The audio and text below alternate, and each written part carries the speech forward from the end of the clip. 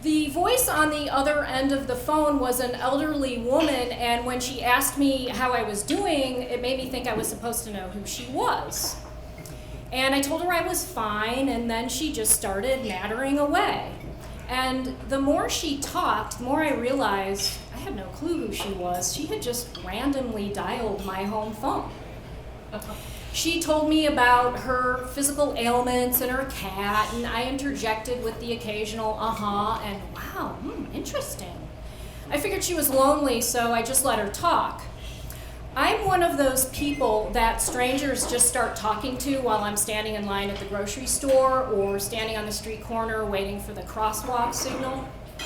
And mostly I don't mind because I find people interesting, and besides that I'm a writer, so I can always get some good story material.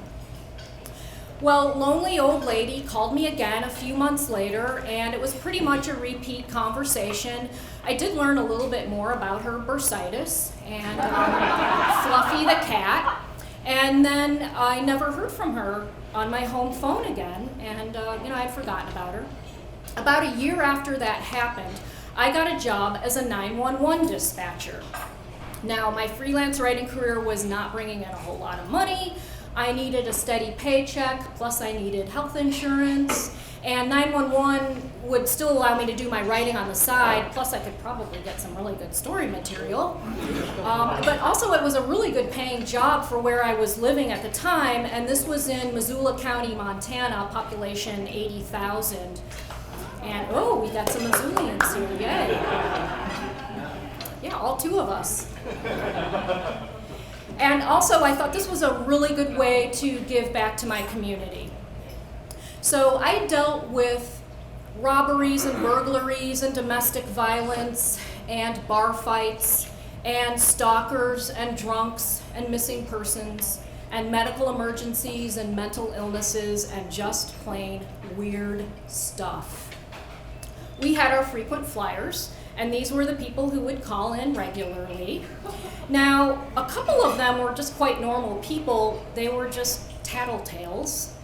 And then other people had obvious problems. And some of these frequent flyers I really did not like dealing with.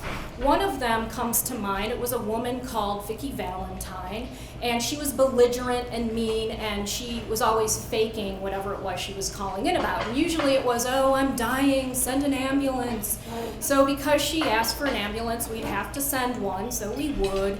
And when the medics would get there, she'd be lying in her front yard, and when one would approach her, she'd jump up and grab him in the crotch. Well, the veteran medics used to send the newbie medics in to be the first ones. It was kind of like an initiation rite for them. So there was another frequent flyer that I had actually grown quite fond of. His name was Red, and we called him Red the Bible Man because on any given day of the week, you could find him standing on a downtown street corner preaching about damnation and hellfire. Now, Red was aging and mentally declining, but he was perfectly harmless. And every once in a while, some ignoramus would rough him up or give him a hard time, push him around. And so he would have to go find a payphone and call 911 because he'd want the police to come out. And I always sent the police to do a welfare check on Red. Occasionally, I would get calls from people who didn't know who Red was and what his deal was. So we'd get calls from people who would report some strange man standing on the street corner and shouting. But we always knew it was Red. Good days were the days when I felt I had made a difference. Walking persons through doing CPR and knowing that it had saved somebody's life. Or talking a man through delivering his own baby while his wife was in the back seat of their car screaming, and their car was parked at a highway rest stop because they didn't have time to get to the hospital. One time, a frantic mother had called and her developmentally disabled child had wandered off. I was able to calm her down so that I could get information that I could relay to the police officers to help find her child.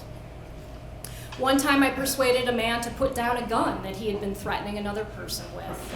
And a couple of times I persuaded people not to slit their own wrists. It was calls like this that were a bit tough, and I never knew what I was going to say. You couldn't prepare for that. But I would open my mouth and magically the right words would just come out. And after I would hang up, I never remembered what it was I had said to defuse the situation. I always just trusted that a higher power was working through me to say just the right thing at just the right moment. Bad days happen too, and they were usually when CPR didn't work, or when the car crash victim didn't survive, or when the caller decided to take her own life anyway. Sometimes I really didn't know how to handle these situations, and other times I would have to excuse myself to the back stairwell and sob. The thing about listening to strangers on the street is that if you don't want to listen to what they're telling you, you can walk away. But now I was getting paid to listen, and sometimes it was really, really difficult. Once I got a call from a woman who had locked herself in her bedroom. She feared for her life. Her abusive husband, I could hear him through the phone banging on the door and shouting obscenities at her. She lived out in the country, and she was like 15 or 20-minute drive away for police to get there to help. And I was on the phone with her that entire time until the responders could get there. I listened to her stories about all the horrible things that her husband had done to her and how she had tried to escape several times, but she always ended up coming back because financially she couldn't afford to support herself. These were tough stories to listen to. Sometimes I didn't always listen well enough, though, before I sent the responders.